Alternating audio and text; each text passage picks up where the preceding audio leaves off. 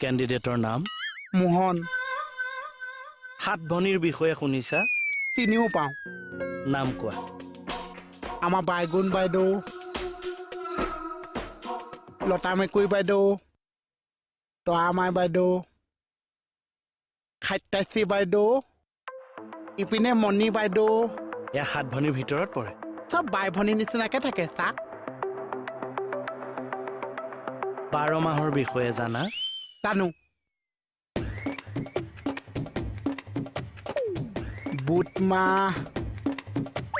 মগু মাহ কলা মাহ মাটিমাহ মচু মাহ